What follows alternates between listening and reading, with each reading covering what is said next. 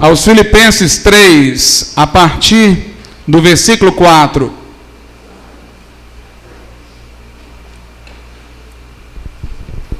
Carta aos Filipenses, capítulo 3, a partir do verso 4.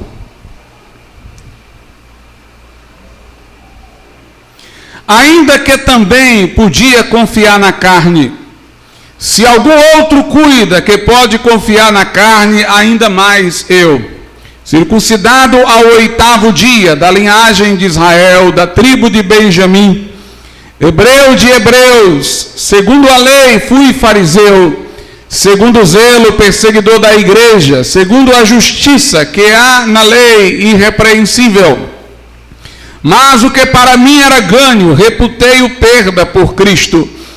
E na verdade tenho também por perda todas as coisas, pela excelência do conhecimento de Cristo Jesus, meu Senhor, pelo qual sofri a perda de todas estas coisas e as considero como escória, para que possa ganhar a Cristo, e seja achado nele, não tendo a minha justiça que vem da lei, mas a que vem pela fé em Cristo, a saber, a justiça que vem de Deus pela fé, para conhecê-lo e o poder da sua ressurreição e a comunicação das suas aflições, sendo feito conforme a sua morte, para ver se de alguma maneira eu possa chegar à ressurreição dentre os mortos. Podeis assentar.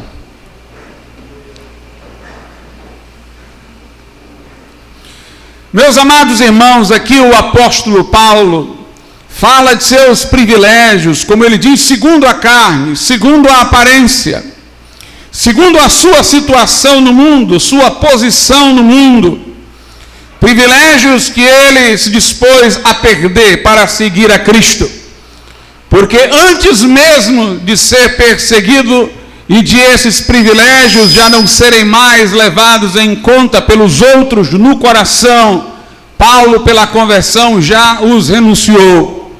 São privilégios, obviamente, que ele teria dentro da sua nação, entre o seu povo. Como falei antes, ele era alguém que poderia ter ocupado cadeira no Sinédrio. Ele aprendeu aos pés de Gamaliel, um grande líder de Israel, um grande mentor espiritual reconhecido. Ele obteve a autorização de sacerdotes, das autoridades, para perseguir os cristãos. Portanto, ele gozava de influência, respeito e confiança. Pôde, na sua caminhada para perseguir os cristãos, onde Jesus lhe apareceu, está cercado com uma escolta, com soldados. Era alguém que possuía, portanto, autoridade e reconhecimento entre o seu povo. Ele disse: se alguém pode confiar na carne, se alguém podia levar em conta os seus privilégios, muito mais eu. Aí ele diz que foi circuncidado ao 8º dia, atendia aos requisitos de inserção cultural no mundo judaico. A circuncisão ao 8º dia era da linhagem de Israel, não vinha de mistura, não era samaritano, da tribo de Benjamim, uma tribo respeitada, que estava com a de Judá, formando o reino de Judá, a tribo do primeiro rei de Israel, Saul. Ele diz que era hebreu de hebreus, não somente era da nacionalidade hebraica, mas ele o era pelo critério que o hebreu mais leva em conta, o sangue. Ele era hebreu de hebreus. Segundo a lei, fui fariseu, um partido respeitado dentro das seitas judaicas. Segundo o zelo, fui perseguidor da igreja, ou seja, o zelo pelo meu povo, pela minha tradição, era tão grande que eu persegui a igreja. Segundo a justiça que há na lei irrepreensível, ele tinha reputação moral entre o seu povo. Mas ele diz: mas o que para mim era ganho, reputei-o perda por Cristo. Antes mesmo que seus inimigos não levassem nada disso em conta, porque ele se tornara cristão, como eu disse, ele próprio, já na conversão, reputou todas estas coisas como perda, já se desvinculou do apego a todas elas, em razão da nova identidade que agora ele tinha em Cristo. Em Cristo também temos privilégios, não segundo a carne, mas segundo o Espírito. Em Cristo somos filhos da adoção, eleito antes da fundação do mundo para sermos santos e irrepreensíveis diante de Deus em amor. Em Cristo somos abençoados com toda sorte de bênçãos espirituais nas regiões celestes. Por isso a perseguição que este mundo nos faz, a exclusão que este mundo nos faz, não pode nos abalar, porque nós nos apegamos e nos identificamos com aquilo que Deus nos deu, que o mundo não pode roubar, o diabo não pode diminuir. Nossa vida está escondida com Cristo em Deus. E ele diz no verso 8, e na verdade tenho também por perda todas as coisas, pela excelência do conhecimento de Cristo Jesus, meu Senhor, pelo qual sofri a perda de todas estas coisas e as considero como escória, para que possa ganhar a Cristo. Diante da excelência de Cristo, todas estas coisas perderam o seu brilho e a sua cor. E ele diz que no versículo de número 9, que ele quer ser achado em Cristo, ele quer ser visto por Deus em Cristo, quer ser encontrado pelo olhar de Deus Pai em Cristo, não tendo justiça própria que procede da lei, não tendo nada seu da vida anterior ou posterior a que possa se apegar como base para a sua aceitação diante de Deus, mas sem ter justiça que vem da lei, ele tem aquela justiça que vem de Cristo pela fé, a justiça imputada de Jesus. Ele levou os nossos pecados na cruz e nos atribui sua vida reta, vivida até a crucificação, como se fosse nossa, para Deus nos considerar justos em Cristo, a justiça que vem de Deus pela fé. E aí no verso de número 10, ele diz que ele assim o faz, ele se mantém firme na sua identidade em Cristo, porque este é o caminho para conhecer Jesus, para conhecê-lo. Não é nas posições terrenas, não é nas alocações neste mundo, não é se apegando ao que podemos ter segundo a carne, cultura, dinheiro, fama, nome, que nós vamos conhecer a Cristo, mas é quando Ele é tudo para nós, e nada mais nesse mundo importa senão conhecê-lo. Interessante que quando Paulo escreveu esta carta, já era um homem velho, não era um novo convertido, mas ainda estava ansioso por conhecer Jesus. A Bíblia diz: conheçamos e prossigamos em conhecer o Senhor. Nem a eternidade esgotará o conhecimento de Cristo. Nós contemplamos a sua glória, cada momento um aspecto da sua glória, cada dia mais aprendemos com o seu amor que excede todo entendimento. Devemos desejar conhecer a Cristo, irmãos. Não é o conhecimento sobre Jesus, é conhecer a Jesus. Não é o conhecimento de informação de terceiro, é o conhecimento pessoal, vivencial, relacional de Cristo. E Paulo diz que para conhecer Jesus dessa forma, ele está disposto a receber a comunicação das suas aflições. Para conhecê-lo e o poder da sua ressurreição, ele quer conhecer o poder da ressurreição de Cristo e a comunicação das suas aflições sendo feito conforme a sua morte. Toda a minha pregação vai centrar-se no versículo de número 10, onde Paulo diz que quer conhecer a Cristo, o poder da sua ressurreição, e para isso está disposto a receber a comunicação de suas aflições e ser feito conforme a sua morte. Mas, antes que eu me detenha mais nesse versículo, eu quero lhes explicar o verso 11, que pode trazer dúvidas. Uma leitura superficial poderia fazer pensar, e o catolicismo assim interpreta, que Paulo não teria certeza de sua salvação. Porque ele diz: para ver se de alguma maneira eu posso chegar à ressurreição dentre os mortos. Será que Paulo tinha dúvida que poderia ser salvo? Será que ele teria dúvida de que poderia ou não ressuscitar quando Jesus viesse? Meus irmãos, Paulo não tinha dúvida nenhuma. Paulo mesmo disse na carta aos Tessalonicenses: o mesmo Senhor descerá do céu, com alarido, com voz de arcanjos, que morreram em Cristo ressuscitarão primeiro, depois de nós. Ele se inclui, os que estivermos vivos. Ele tinha esperança até de estar vivo para a vinda do Senhor. Nós, os que estivermos vivos, seremos transformados e arrebatados ao encontro do Senhor nos ares. Ele não tinha dúvida de sua salvação. Quando ele diz para ver se de alguma maneira eu possa chegar à ressurreição dentre os mortos, ele quer dizer para ver se de alguma maneira eu chegue em vida àquela situação que só vai ser possível ter quando o corpo ressuscitar, ou seja, a perfeição. O que é que coincide com a nossa ressurreição? É que o corpo é incorruptível, é que não haverá mais tentações depois da ressurreição, é que a natureza pecaminosa terá sido tirada de nós, estaremos em estado perfeito, chegaremos à estatura do varão perfeito, completo. O que Paulo está dizendo aqui não é que ele tinha dúvida se ia ressuscitar, ele queria dizer que ele estava tão ansioso para conhecer Jesus, que ele queria, antes da ressurreição, nessa vida aqui, já chegar ao estado da ressurreição, à perfeição da ressurreição. Você conclui isso lendo o versículo seguinte. Ele diz, não que já tenha alcançado. Se fosse a ressurreição futura, nem teria sentido ele dizer isso. Mas ele diz, não que eu já tenha alcançado, ou que já seja, note, perfeito, mas prossigo para alcançar aquilo para o que fui também preso por Cristo Jesus. O que Paulo está querendo dizer, irmãos, é que ele queria tanto conhecer Jesus, que ele está dizendo, eu quero chegar ao estado de perfeição, que isso é possível na ressurreição agora. Eu ainda não cheguei, nem faria sentido ele dizer, eu ainda não cheguei, se fosse só a ressurreição futura, porque era claro que ele não tinha chegado. Aí ele explica pelo sinônimo, ou que seja perfeito. O que ele está dizendo, portanto, é que ele persegue a perfeição.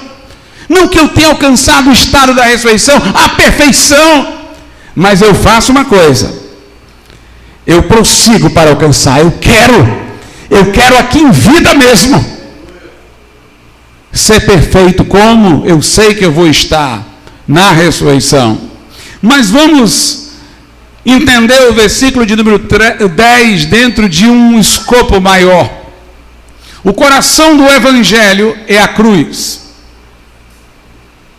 Paulo diz aos Coríntios, nada quis saber entre vós, senão Cristo e este crucificado.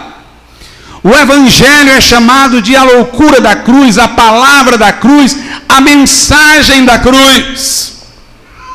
Na ceia do Senhor, nós celebramos a morte de Jesus, anunciamos a sua morte até que ele venha. No batismo nas águas, por imersão, de forma bíblica, você se identifica com Cristo no sepultamento, pós-crucificação e na ressurreição. O coração do evangelho é a mensagem da cruz. Mas a cruz de Cristo deve ser levada em conta por nós de três maneiras. Primeiro, a cruz por nós é a expiação, é o aspecto da mensagem sobre a cruz referente à expiação. Nós deveríamos ser sentenciados ao inferno eterno, mas Jesus se fez o nosso substituto, levou sobre si as nossas iniquidades e foi traspassado no madeiro em nosso lugar. Ele fez-se maldição por nós, tornou-se o Cordeiro de Deus que tira o pecado do mundo. Nós deveríamos estar lá, mas ele esteve lá por nós, morreu o justo pelos injustos para levar-nos a Deus. Essa é a primeira coisa sobre a cruz que a gente explica, porque aquele que entende a expiação e crê em Jesus já saberá que para ele nenhuma condenação há, já saberá que pelo sangue de Cristo os seus pecados foram remitidos.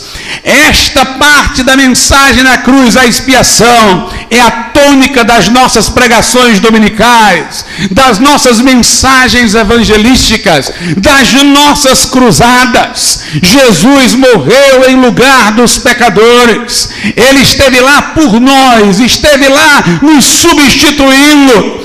E o sangue que ele verteu naquela cruz nos purifica de todo o pecado. Sob essa mensagem, anunciando esta boa nova, nós conclamamos os homens a que se arrependam dos pecados pelos quais Jesus teve que morrer, e confiem que Jesus naquela cruz morreu em lugar deles para quitar a dívida que eles não conseguiam pagar, para justificá-los no tribunal de Deus, absolvê-los das acusações, lhes dar remissão de pecados e tirar de sobre a cabeça deles a sentença de condenação. Mas tem um outro aspecto da cruz. Este aspecto eu chamei de expiação. O outro aspecto é a identificação, a doutrina da identificação. Para quem já entendeu a expiação, eu posso lembrá-lo. Se Jesus morria lá no teu lugar, se Jesus morria em teu nome, então legalmente aos olhos de Deus foi você e não ele que morreu. Porque ele morria com sua procuração, ele morria em seu nome. Ele levava os pecados que não eram dele, eram seus. Ele morria a sua morte. E se Jesus Cristo, irmãos, se identificou comigo na morte, eu posso me identificar com ele na ressurreição. Agora não é a questão de crer que ele morreu em meu lugar, é a questão de crer que eu morri naquela cruz. Quando ele morreu, eu morri. E agora eu estou ligado à vida ressurreta dele. Paulo diz em Gálatas 2:20, eu já estou crucificado com Cristo, e agora vivo não mais eu, mas Cristo vive em mim. Agora nós não estamos falando de justificação, mas de regeneração. Não estamos falando de expiação dos pecados, mas de identificação com Cristo. Não estamos mais falando de crer que ele morreu em nosso lugar, mas crer algo sobre nós, crer que nós estamos mortos com ele. E agora é ele que vive em nós. Eu já estou crucificado com Cristo e agora não sou eu mais que vivo, é Cristo que vive em mim. A fim de que a pessoa entenda isso, porque normalmente na pregação evangelística, ela entendeu bem a expiação, mas ela não entendeu tanto a identificação que aconteceu com Cristo quando ela creu. Para poder deixar essa parte bem clara, aí veio o batismo nas águas. A pessoa atendeu ao apelo, creu na expiação, agora ela vai ser esclarecida sobre a identificação para descer as águas. O batismo nas águas representa isso. Você, quando é mergulhado e submerso nas águas, está proclamando que morreu com Cristo para este mundo. Paulo disse, longe de mim gloriar-me a não ser na cruz de Cristo, pela qual eu estou crucificado para o mundo e o mundo está crucificado para mim. Ele diz, os que são de Cristo Jesus crucificaram a carne com suas paixões e concupiscências. Mergulhado eu me identifico com a sua morte, estou morrendo com ele, e erguido das águas eu estou me identificando com a sua ressurreição. Agora eu oro ao Pai em nome de Jesus, como se fosse Jesus. Se na cruz ele tinha uma procuração minha para morrer, agora eu tenho uma procuração dele para chegar diante do Pai. Se lá na cruz ele era como eu, recebendo a sentença, agora eu sou como ele, falando com Deus, com o espírito de adoção, dizendo, Abba, Pai. O apóstolo Paulo diz isso aos romanos. Aqui está o segredo da nossa regeneração e santificação. O que é a nossa santificação? Como é que ela anda? É quando dia a dia eu vou internalizando que o velho homem que eu era morreu. Quando o pecado chama, eu digo, opa, peraí, está chamando um defunto, esse daí já está morto e enterrado, sepultado, desapareceu, e o novo homem que está em mim, ele está morto para o pecado e vivo para Deus. Quando Deus chama, ele ouve. Se o o velho homem ouvia o chamado do pecado e era surdo para Deus, o novo homem é surdo para o pecado, mas tem uma audição sensível para o chamado de Deus. Note, morrer para o mundo, mas para Deus, vivo. Estou vivo para Deus. Posso entrar no lugar santíssimo pelo sangue de Jesus. Posso chamá-lo de Abba, Pai. Posso entrar na sua presença com ousadia. Sou filho por adoção. Agora estou assentado com Cristo nas regiões celestiais. Agora sou templo do Espírito Santo de Deus, vivo para Deus e morto para este mundo. Em Romanos, no capítulo 6, a partir do verso 3, a Bíblia fala sobre isso. Ou não sabeis que todos quantos fomos batizados em Jesus Cristo, fomos batizados na sua morte? Meus irmãos, a palavra batismo quer dizer mergulho profundo, ficar submerso. O crente foi mergulhado na morte de Jesus. Ele não tocou, ele foi mergulhado lá dentro. Ou não sabeis que todos, quando fomos batizados em Cristo Jesus, fomos imersos, mergulhados na sua morte, de sorte que fomos sepultados com ele pelo batismo na morte, para que, como Cristo foi ressuscitado dentre os mortos pela glória do Pai, assim andemos nós também em novidade de vida. Porque se fomos plantados, veja, plantado, ideia de submerso, a semente é plantada, ela é enterrada dentro, nós fomos plantados, juntamente com ele, na semelhança da sua morte, também o seremos na da sua ressurreição, sabendo isto, que o nosso velho homem foi com ele crucificado, para que o corpo do pecado, ou seja, o corpo que servia ao pecado, seja desfeito, para que não sirvamos mais ao pecado, porque aquele que está morto está justificado do pecado. Ora, se já morremos com Cristo, cremos que também com ele viveremos, sabendo que, tendo sido Cristo ressuscitado dentre os mortos, já não morre, a morte não mais tem domínio sobre ele. Pois quanto a ter morrido, de uma vez morreu para o pecado, mas quanto a viver, vive para Deus. Assim também vós, considerai-vos certamente mortos para o pecado, mas vivos para Deus, em Cristo Jesus nosso Senhor. Então vamos ordenar os passos. Primeiro, a morte de Jesus por mim.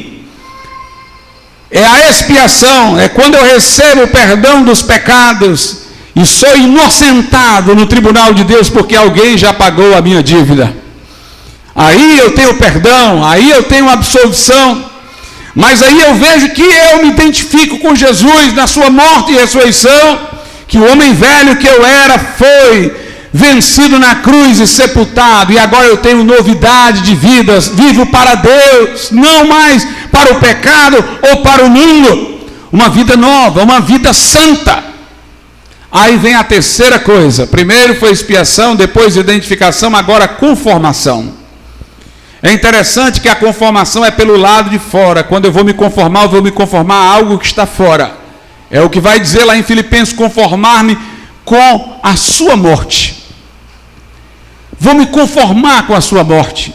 E uma coisa curiosa, irmãos, há aqui um círculo, porque, veja bem, eu só posso me conformar com a sua morte, se primeiro eu tiver morrido para o mundo e para o pecado e estar vivendo para Deus. O apelo de se conformar com a morte de Cristo não é feito para o incrédulo, é feito para aquele que sabe que seus pecados foram perdoados, que foi identificado com a morte de Cristo e com a sua ressurreição. Então eu estou pedindo a alguém que se considera morto para o pecado e vivo para Deus, que se conforme com a morte de novo. Ou seja, morte e ressurreição e volta para a morte. Veja como é isso. Vamos ler lá os Filipenses. E você vai ver que o poder da ressurreição aparece de antes de estar conformado com a morte. Filipenses 3:10, para conhecê-lo, ou seja, Jesus, e o poder da sua ressurreição, e a comunicação de suas aflições sendo feito conforme a sua morte. Note, ele fala que antes de eu aceitar a comunicação de suas aflições e conformar-me com a sua morte, eu tenho que conhecê-lo e o poder da sua ressurreição. Então nós temos aqui uma sequência circular. Aceitei Jesus, eu morro com ele, e agora eu tenho uma nova vida, e só essa nova vida pode se conformar com a morte. Eu volto para a morte de novo. Mas agora a morte, irmãos, não é a morte no sentido de morrer para o pecado, que é o cerne da santificação. A morte agora não é morrer para o mundo, que é o cerne da santificação. É aceitar o sofrimento e as privações que eu passo nessa vida, como uma participação no sofrimento de Jesus. Aqui não é a questão da vitória contra as tentações. Aqui é a questão de eu aceitar que através das tribulações Deus está me fazendo mais parecido com Jesus. É eu aceitar que quando eu estou padecendo eu devo ver não a mim mesmo que esteja padecendo, mas a Cristo. Não é a mim que o mundo aborrece, é a Cristo em mim.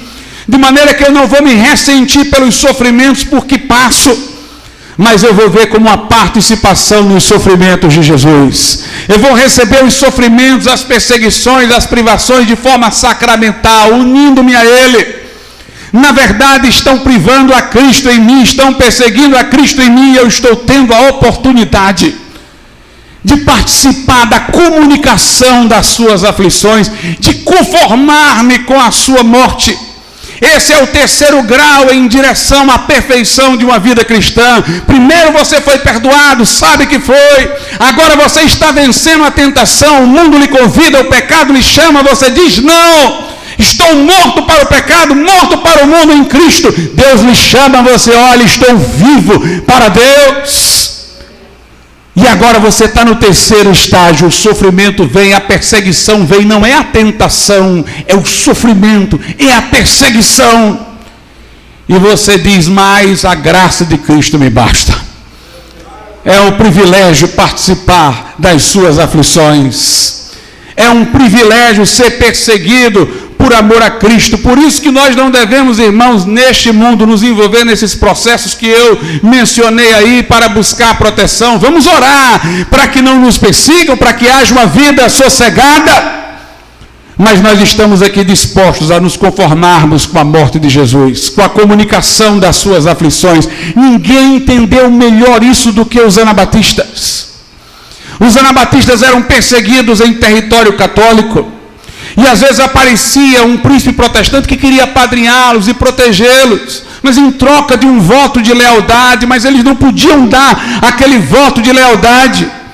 Então o príncipe dizia, então saiam das minhas terras, saiam daqui. E eles iam para as terras católicas, onde eram perseguidos novamente. Perseguidos aqui e acolá, deixando um rastro de sangue na história. Os anabatistas aprenderam melhor do que ninguém o que é se conformar com a morte de Jesus. Por isso produziram aquele livro Espelho dos Mártires.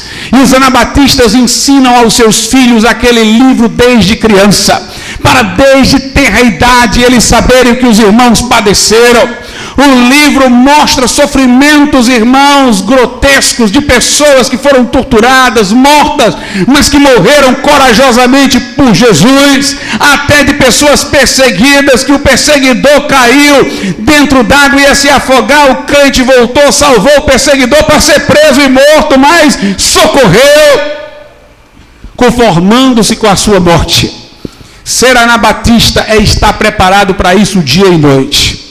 Eu às vezes fico pensando, irmão, se viesse uma grande perseguição sobre a igreja hoje, quantas igrejas estariam preparadas? Quantos pastores estariam preparados? Quantos não iam trair a sua fé? Quantos não iam negociar com o poder secular para sobreviver? Mas nós estamos sendo treinados para isso desde o começo. Quando houve essa pandemia, o pastor da nossa igreja ligou para mim e disse, pastor Glauco, tem igrejas que vão parar, vão fechar, mas nós estamos preparados para isso desde o começo, pela nossa compreensão dos grupos familiares. Nós vivemos na bonança preparados para a perseguição. Nós vivemos na bonança preparados para a perseguição. Na bonança nós já temos as catacumbas. Na bonança nós já estamos sendo preparados para uma grande perseguição, o tempo todo conformados com a morte de Cristo. Por isso, irmãos, nós devemos olhar para Jesus tão somente. Ele é o nosso provedor, Ele é o nosso socorro. É através dele que nossas orações sobem ao Pai. Lá na carta aos Romanos, o apóstolo Paulo diz o seguinte, no capítulo de número 8, aos Romanos 8, o apóstolo Paulo diz assim no verso 36, como está escrito, por amor de ti somos entregues à morte todo dia. Somos reputados como ovelhas para o matadouro. Todo dia um crente anabatista está disposto, se for necessário, para a perseguição neste mundo, conformando-me com sua morte. E quando a gente se conforma com a morte de Cristo, a gente experimenta também a vida dele ressurreta de uma outra forma, que não é aquela forma pela qual a gente está vivo para Deus, escuta a Deus e ouve Deus. Porque note, quando se refere à santificação, diz, considerai-vos mortos ao pecado e vivos para Deus. É uma coisa em relação ao pecado e Deus. Santificação, para o pecado, para o mundo morto. Para Deus eu estou vivo. Mas quando eu me conformo com a morte de Cristo, nesse sentido eu aceito as aflições, aceito que Deus está me moldando, que o mundo está perseguindo a Cristo em mim, então a vida de Cristo se manifesta em mim, mas não é para Deus, no sentido de ser diretamente para Deus, é para os homens. Agora não é estar vivo para Deus, é manifestar a vida de Cristo para os homens.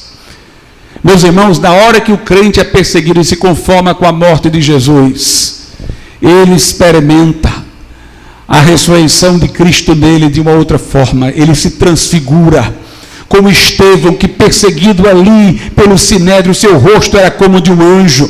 Pedro diz, bem-aventurados sois vós quando for vituperado e perseguido por causa de Cristo. Nessa hora repousa sobre vós o Espírito da glória. Da glória. O mundo vai ver, irmãos, alguma coisa diferente em nós quando perseguidos formos e aceitarmos a tribulação, como os anabatistas aceitavam, e os carcereiros ficavam impressionados. Quando Paulo e Silas receberam o castigo que sofreram dos homens, como participação no sofrimento de Cristo, comunicação dos seus sofrimentos, se conformaram à morte, louvaram a Deus, o lugar tremeu e a glória se manifestou. Veja o que a Bíblia Sagrada diz, na segunda carta aos Coríntios, capítulo de número 4, a partir do verso de número 8. Em tudo somos atribulados, mas não angustiados, perplexos, mas não desanimados, perseguidos, mas não desamparados, abatidos, mas não destruídos. Note, ele não está falando de tentação, ele está falando de tribulação que o crente passa. Mas nada disso nos destrói, porque a gente se conforma com a morte de Jesus e a vida dele se manifesta em nós. Olha o verso 10, trazendo sempre por toda parte a mortificação do Senhor Jesus no corpo, para que a vida de Jesus se manifeste também no nosso corpo. O mundo vai ver Jesus em nós quando nós glorificarmos a Deus no sofrimento. O verso 11 diz, e assim nós que vivemos estamos sempre entregues à morte por amor de Jesus, para que a vida de Jesus se manifeste também na nossa carne mortal. Essa vida de Jesus que vai se manifestar em nossa carne mortal não é o viver para Deus, é uma vida que vai se manifestar para os homens, para os outros. Por isso que diz o versículo de número 12, de maneira que em nós opera a morte, mas em vós a vida. Enquanto a gente morre com Cristo, a gente libera a vida para vocês. A vida de Cristo se manifesta em nós a favor de vocês, para benefício de vocês. Quando em nós opera a morte, para vocês sai de nós vida. Vida. Lá em Mateus, irmãos, no capítulo de número 10, Jesus disse a partir do verso 16, eis que vos envio como ovelhas no meio de lobos. Portanto, sede prudentes como as serpentes, inofensivos como as pombas. Por isso nós devemos, irmãos, estar sempre prontos. Porque nós somos como ovelhas para o matador, ovelhas no meio dos lobos. Jesus disse: eu envio vocês assim, desse jeito, desamparado. Por isso que ser anabatista exige coragem e fé, porque tem que mexer com a onça, com vara curta. Tem gente que diz: eu sou anabatista, então eu não participo disso, não participo daquilo e nem vou falar nada. Aí ninguém lhe incomoda. Mas você é convidado a fustigar o bicho. E quando ele vier para cima de você, confiar só em Deus. Ou crê ou não crê, meu irmão. Isso é ser anabatista. É empurrar você para as feras indefeso. Como aqueles cristãos que foram lançados às arenas de Roma e desafiavam os animais que eram colocados para poder devorá-los. E morriam cantando.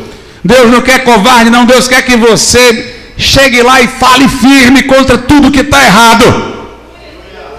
Agora, quando vierem contra nós, o nosso escudo é o Senhor. Nossa defesa é o Senhor. E se tivermos que partir, vamos partir. Se tivermos que ser perseguidos, vamos ser perseguidos. Eis que vos envio como ovelhas no meio de lobos. Portanto, sede prudentes como as serpentes, inofensivos como as pombas. Acautelai-vos, porém, dos homens, porque eles vos entregarão aos sinédrios, vos açoitarão nas sinagogas, e sereis até conduzidos à presença dos governadores e dos reis, por causa de mim, para lhes servir de testemunho a eles e aos gentios. Mas quando vos entregarem, não vos dê cuidado como ou o que haveis de falar, porque naquela mesma hora vos será ministrado o que haveis de dizer. Que coisa gloriosa! Não se planeje, não tem estratégia, não é pelo homem, não é pelo método que vocês vão conseguir, é se conformando com a morte. Os governadores vão ouvir, não se preocupe não, vocês vão chegar lá acorrentados, mas vão falar. E não precisa se planejar, até estratégia não. Vá conformado com a morte de Cristo, que a vida de Cristo vai se manifestar em você. O Espírito Santo vai dizer o que dizer. Verso 20: porque não sois vós quem falará, mas o Espírito de vosso Pai é que fala em vós. E o irmão entregará à morte o irmão, o pai ao filho, os filhos se levantarão contra os pais. Haverá isso no final. E os matarão, e odiados de todos sereis por causa do meu nome, mas aquele que perseverar até o fim, esse será salvo. Somos chamados, irmãos, para a coragem. Não somos neutros. Somos profetas da última hora. Somos arautos de um mundo que está às vésperas do soar da trombeta. Nós vamos sacudir o mundo, se fizermos o que é devido para fazermos. Mas Deus será a nossa proteção pela oração. Antes de tudo, irmãos, nós precisamos de uma igreja avivada, de crentes com certeza da salvação, de crentes vivendo em santificação, mortos para o mundo e vivos para Deus, de crentes que aceitem que se a igreja tiver que sofrer, nós vamos nos conformar com a morte de Jesus, mas a vida dele vai se manifestar em nós. E Deus poderá nos usar desta forma, poderosamente, conformando-me com ele na sua morte. Conformando-me com ele na sua morte, para que também esteja em nós o poder da sua ressurreição, a vida de Cristo se manifesta em nossa carne mortal. Vamos orar ao Senhor. Soberano e altíssimo Deus, nosso Pai, nós te louvamos